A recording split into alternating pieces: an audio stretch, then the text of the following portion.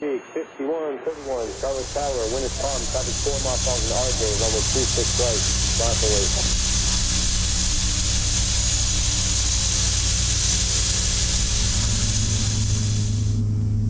Hello and welcome aboard. If you are just joining us, this is part 2 of FS MaNiA's nonstop flight from Charlotte, North Carolina to Tangier Island, Virginia in the Daher Socata TBM 850. Currently we are taxiing to runway 36 right via Delta. Welcome aboard, buckle up, and enjoy the flight. Definitely some other traffic here on the field, so we will have to pay attention. Be sure we don't get run over. Like air traffic control's not real good at controlling AI traffic. Tower, good evening, Blue Street 5462, hey you, 36 right. Blue Street 5462, Charlotte Tower, 4.5. Which is why I don't fly with AI traffic a lot of times. Clear to land, 26 This right, is Blue Delta, Street 5462. Delta 2. This does not go all the way to the end of 36, which is okay. We still have more than enough runway.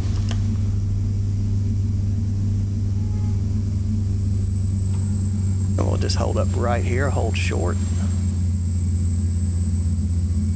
Good to verify that we are in the, bring that throttle back to no thrust right there. And we'll set the parking brake if we can find it here in the dark.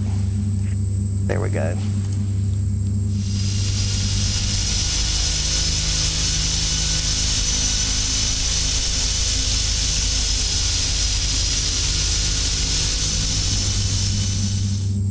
And while we were taxiing, ground control did give us this handoff to the tower, so we're monitoring the tower frequency right now. We are on COM 2 over here. In case you missed that, before takeoff, our condition lever is in high idle. The ice system panel is required, so we will want to bring on our pitot static heat. That gets rid of one of the caution lights. The inert SEP, since we've got a clean runway, we'll go ahead and ditch that. We won't go ahead and ditch it. We will ditch it. Called somebody a gourd head. We'll ditch the inert SEP switch. That way we have just a little bit more power for takeoff. That's always good. We don't have full fuel, if I've not mentioned that. We've got about 90 gallons in each wing tank, which is about 60% fuel.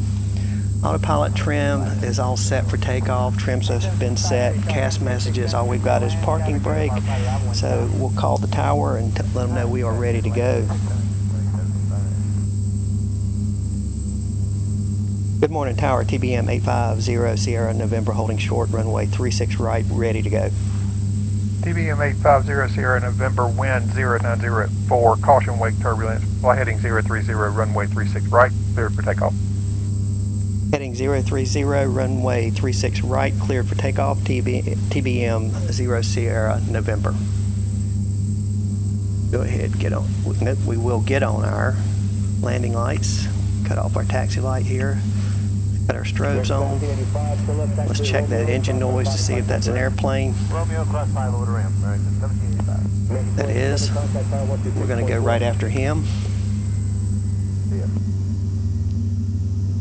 American 2067, Charlotte Tower, out of here. Parking brake released.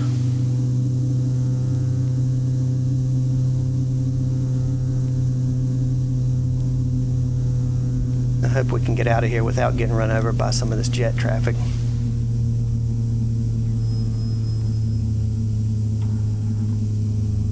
We'll get lined up here, hold the brake.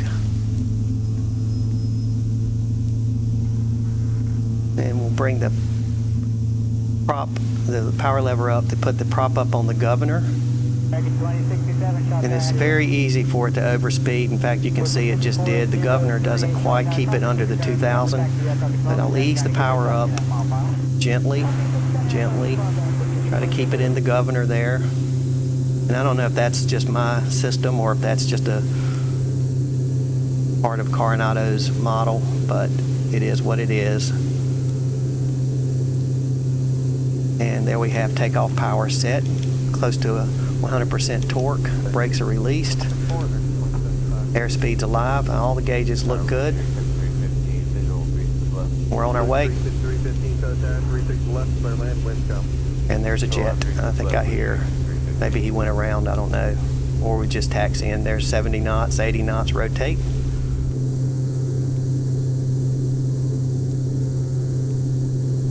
What? Some turbulence there. I bet you that was wake turbulence. I'll bet you anything. A little wake turbulence on takeoff gear is coming up. Flaps are coming up. Yaw dampers on. Autopilot's on. Heading mode. Autopilot has it.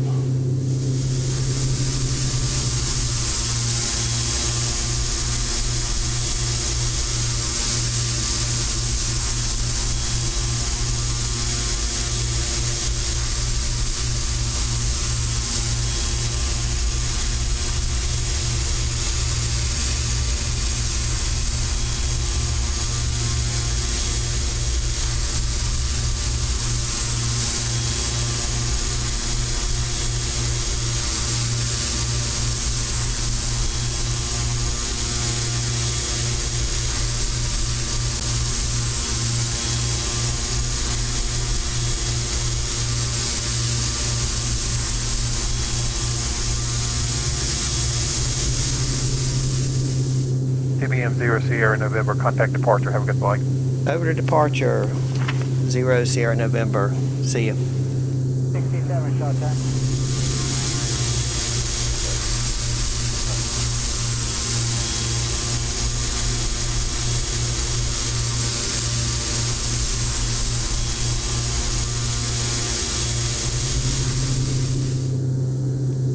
Charlotte departure, TBM 850 Sierra November with you. 2.3 for 11,000, heading 030. TBM 850 Sierra November, Charlotte departure. Turn right heading 090 to join jet route 208. Climb and maintain 17,000. Right to 090 to join jet route, the airway 208, and up to 17,000 for 0 Sierra November. Okay, so let's get that altitude dialed up, 17,000. Heading is 090, which will let us join this course over here, which is what we want. Get head in the right direction here.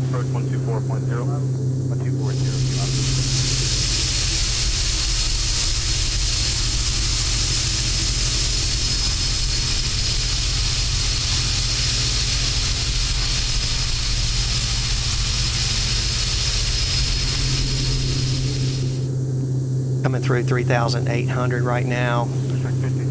Indicate airspeed's 180 knot. Our climb rate 1,500 feet per minute.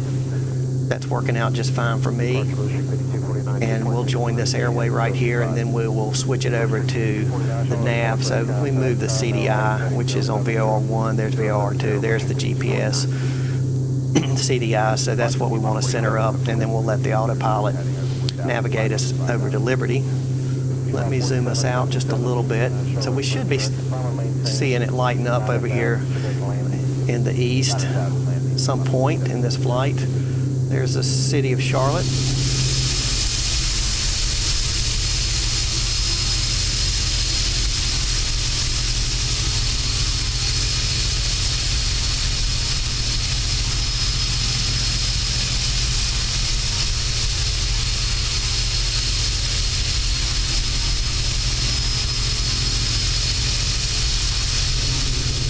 Now we could climb faster at, say, 130 knots if we wanted to, increase our rate of climb, but this is sort of a cruise climb for me. We've got a 300 nautical mile trip here, roughly, and so we want to get as much ground speed as we can.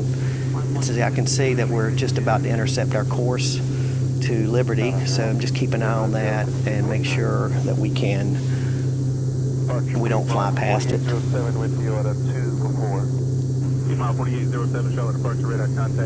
That we'll go ahead and start turning with our heading bug a little bit more of an intercept angle.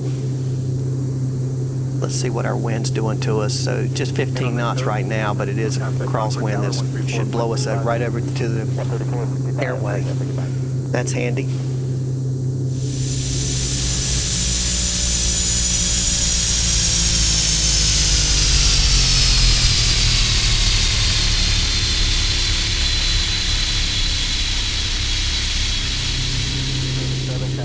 And there we are on the airway. So we'll go ahead and go into the nav mode. And now the GPS will track the course over to Liberty and frees us up to just monitor everything, chat a little bit about some fun facts, things that are going on. Listen to the air traffic controllers tell us what to do, and all is well with the world.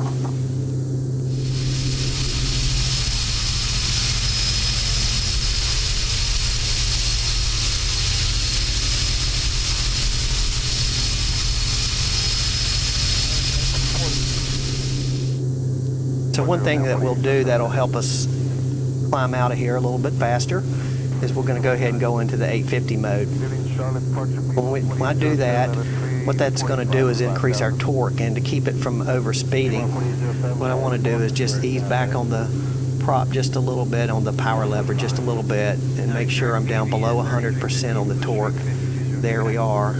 So we'll bring it up into 850 mode, and then we'll just monitor the torque as it comes up, and we'll try to keep it from going above 121.4. And I jerked it back a little too far, so I'm going to ease it up, and let's get in here where we can see a little better. So we can go up to 121.4 without over speeding, without increasing the, without over torquing, I should say, not speeding. Our prop's staying in there about 2,000 RPMs, which is where we want it for this climb. And when we cruise, I'm going to leave it at 2,000 RPM simply because if we bring it back to 1900, it does not give us more airspeed, which is what we would ultimately want. It might be a little quieter for the passengers in the back, but we're not as worried about them. So right there, that's about as fast as I can make this thing go without redlining. 121% on the torque, 2,000 on the prop, and we're good to go. We just went through 11,000. Let's get rid of our landing lights.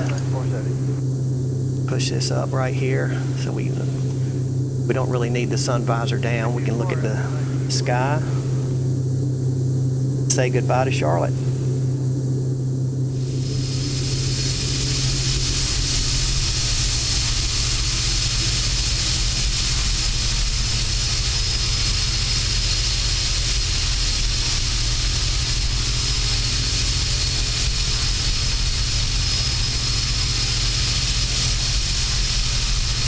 TBM 0 Sierra November, contact Atlanta Center 124.45. Good day. Over to Atlanta on 2445 TBM 0 Sierra November. Thanks for the help. Atlanta Center on 2445.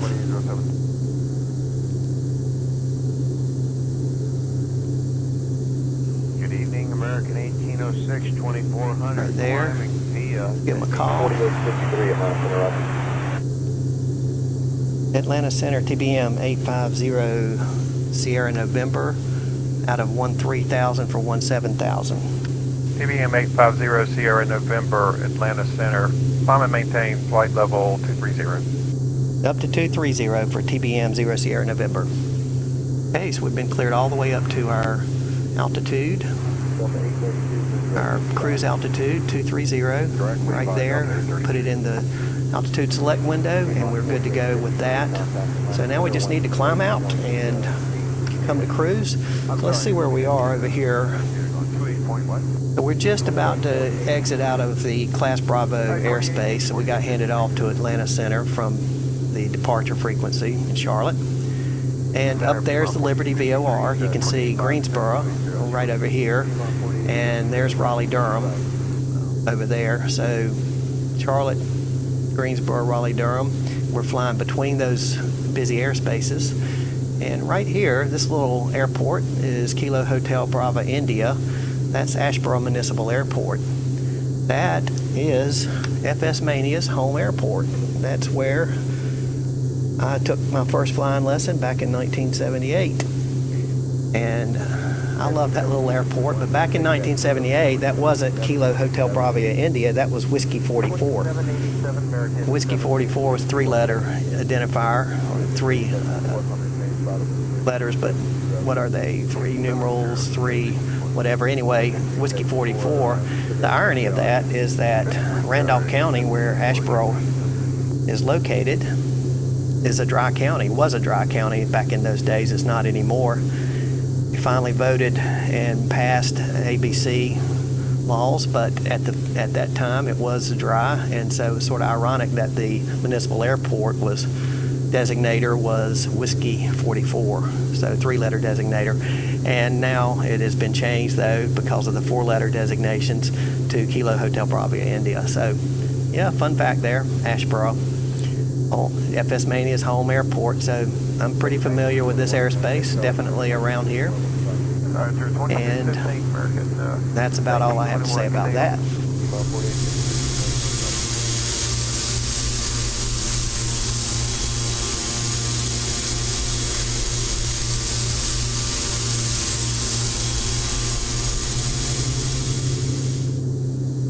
Coming up on 18,000, and we've already been cleared up to flight level 230. So once you've been cleared there, you can go ahead and set your altimeter to the standard 2902. So we've done that. We're all set up there on standard. There was an accident recently. It was a recent accident with a TBM 850, and that was back in 2014, September of 2014. I remember this when it happened, and I said it was a TBM 850. I believe it was actually a TBM 900.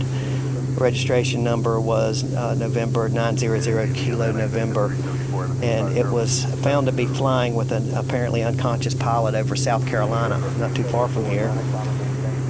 And there is information online if you want to read about that. So pilots of F-15 aircraft were scrambled to trail the flight, and they observed that the windows were frosted over, and apparently the pilot was unconscious, and they followed it. I'm not sure if those pilots followed it all the way, but the aircraft was tracked all the way northeast of Jamaica, and it crashed where it crashed right off the coast. And sad story, I heard the ATC transcript from that flight. The pilot had called in, and he was flying, I believe, at flight level 240. He descended, or he asked for a descent. He said that he was getting some readings that didn't look right to him. He asked for a descent, and they gave him a descent down to flight level 200. What I do think, and there's a plane coming this way, I do think it would have been what's the right phrase, prudent for him to have declared an emergency and asked for an emergency descent, because the air traffic controller was basically trying to keep him clear of the traffic. So he didn't get down in time and lost consciousness, so that was obviously a problem with the pressurization system of the airplane.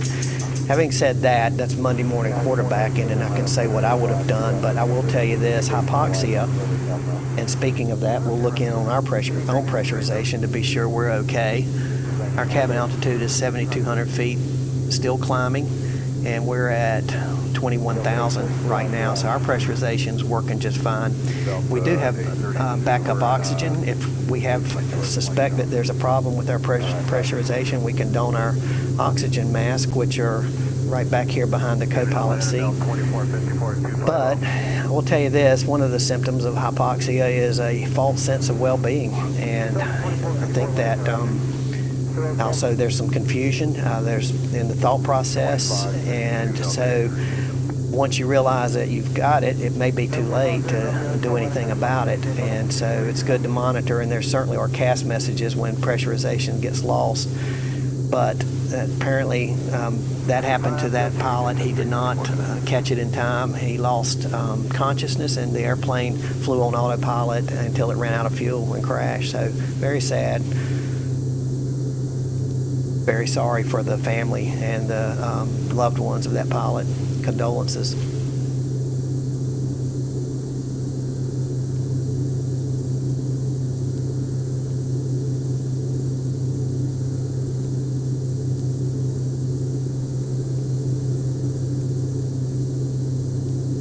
So I just gave you a look at the Whiskey 44, Asheboro Municipal Airport, and we have leveled off at flight level 230. And we're indicating right now 223 knots. With the 35 knot tailwind, we're doing a ground speed of 342 knots, which is pretty sweet for a single engine aircraft, no doubt. Basically a single engine jet with a prop. And I believe as we or further along our route, our tailwind should pick up a little bit more, and we'll have a little bit higher ground speed even than that. But yeah, if you can get a good tailwind in this airplane, you can easily get 400 knots across the ground, which is not too shabby. Outside air temperature right now is minus 22, and we are just now crossing the Liberty VOR, and we're turning towards Fozzie intersection, so the GPS is doing a good job of keeping us on course, and we're level here at flight level 230, just as happy as we can be. Snug as a bug in a rug. Right here is Burlington Airport, Kilo Bravo Uniform Yankee, and I did take a real world flight that departed from this airport to Tangier Island. And that was back in 1996, and I had a brand new instrument rating. We were flying a Piper Cherokee PA-28 180 with 3 souls on board. We were just going to go over to Tangier for a soft shell crab sandwich for the day, and they are famous for that. And also I had a new instrument ticket, I think I said that, and I wanted to get a little bit of IFR experience. The weather was good for the flight to Tangier. It's generally VFR. However, on the return trip to Burlington, the weather deteriorated to about 1 mile visibility and snow. And eventually, after flying, I don't know, for 30-45 minutes in snow, we flew out of it and flew into the clear, but we were above a cloud layer, which meant that we needed to fly an approach into Burlington. And I think at that time they only had the VOR non-precision approach. I don't recall there being an ILS into Burlington. There is one now, but there wasn't one then. So we flew the VOR approach, I think, to runway 6. And at any rate, as I descended on the approach into the cloud layer, I started to notice that we were picking up some ice, rime ice, which is the opaque ice on the windshield, and the temperature gauge was right there, and I could see on the probe there was some ice building up, and I looked out on the leading edges of the wings and I started seeing rime ice building up. Now that got my attention in a hurry because there wasn't any ice forecast, and the Cherokee did not have any anti-ice equipment like the TBM does, other than the pitot heat, which was on, fortunately. But at this point, I was on the approach. I was descending through the clouds, and so I continued the descent and landed uneventfully, thankfully. And when I got out and I got down on the ground and inspected the airplane, the ice was beginning to melt, but the plane had a pretty good little buildup of ice, I'd say. It's actually light ice, and I don't think we were ever in any danger. But I did learn a valuable lesson on that early instrument flight, and that was that flying in the clouds, and especially in the winter months, when you stick the nose of your airplane in a cloud, you never know if it's going to have icing in it or not. It's a kind of a little bit of a crapshoot, actually, and so you really have to have a good plan B. If you start picking up icing, this is what I'm going to do. I'm going to immediately do these things, either turn around to a 180, get a lower altitude or a higher altitude to get out of the icing conditions, because the Cherokee is certainly not certified for flight into known icing conditions. Those were not known icing conditions. But anyway, just a quick little tidbit and lesson, and yeah, bringing up an old war story there just reminded me of it when we were on the way to planning this flight to Tangier Island. So that was my one and only flight to Tangier Island, real world, but I did enjoy it. Crab cake sandwiches were good, and we'll talk more about Tangier Island a little bit further along the trip.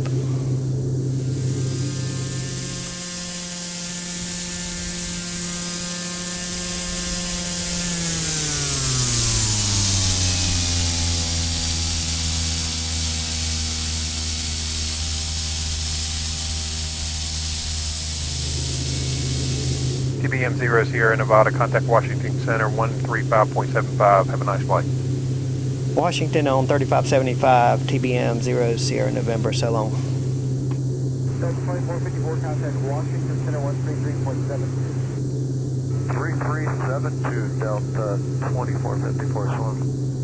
Snowflight 9244, contact Atlanta Center 124.46. 2456 270 now.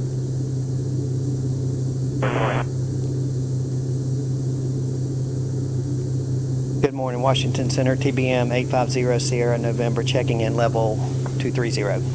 TBM 850 Sierra November, Washington Center, maintain flight level 230. Maintain 230 for TBM 0 Sierra November.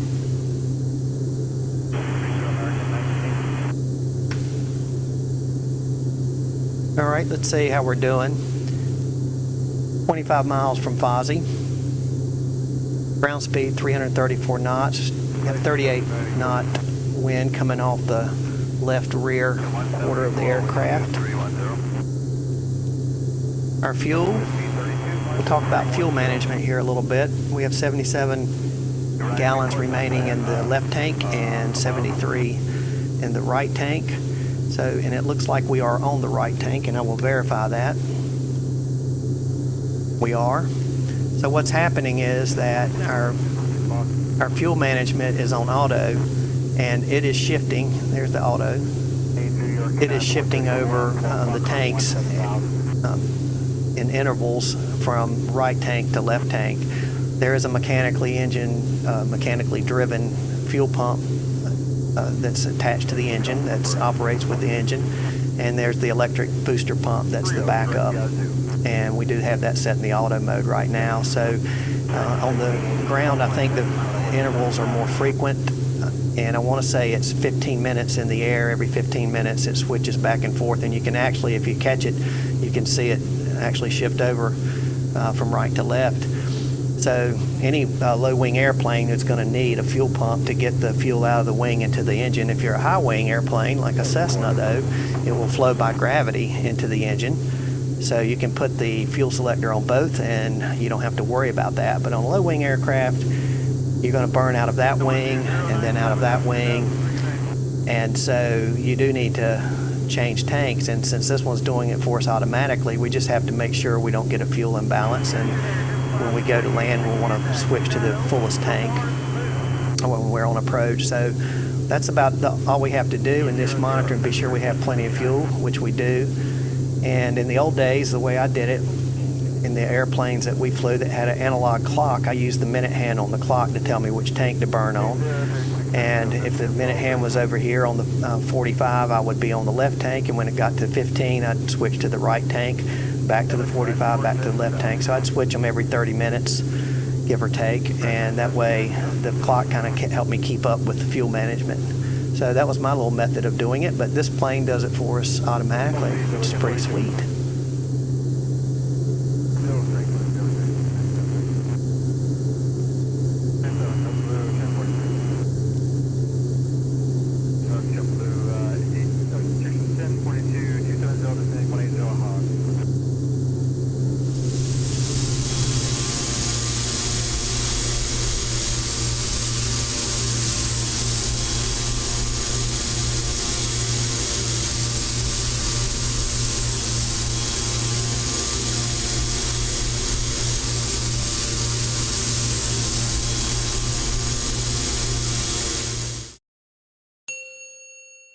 Washington, Falcon 78, Kilo November, level 400.